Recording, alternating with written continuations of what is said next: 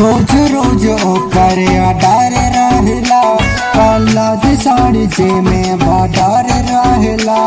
हमरा छाती में ना घूरतिया भौजी। रोज रोज ओकर डर रहला, कलद साड़ी जे में बडर रहला। एकर रोज ना फरमाइश रहता है भौजी। हे बबुआ समझात रहनी ना मनला, मेहर मेहर कइला मेहर पाई गइला, मेहर मेहर कइला मेहर पाई गइला। दया काहे भइला दास देवरू अब काहे भइला, दास देवरू अब काहे भइला।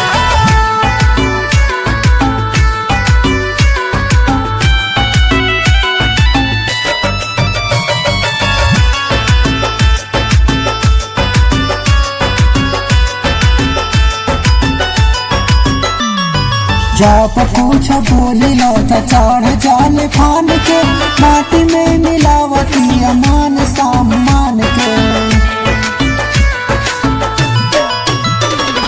रहनी समझावत हमर बतिया न मनला, हमरा के गैर ओकरा आपन जनला।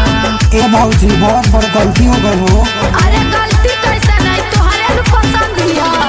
जवन चाहला पहिला काहे मुहावा फुलैला, जवन चाहला पहिला काहे मुहावा फुलैला। गायब काहे भइला उदास देवरू अब काहे भइला, उदास देवरू अब काहे भइला।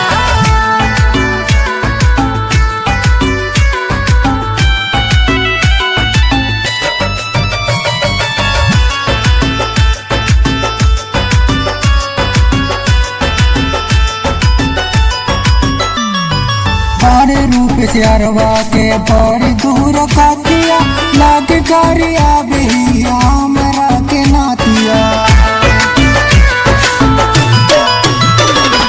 रहले सुजीत रहले सारा जानकारी, तब ये बबुआ बन गइल या नारी।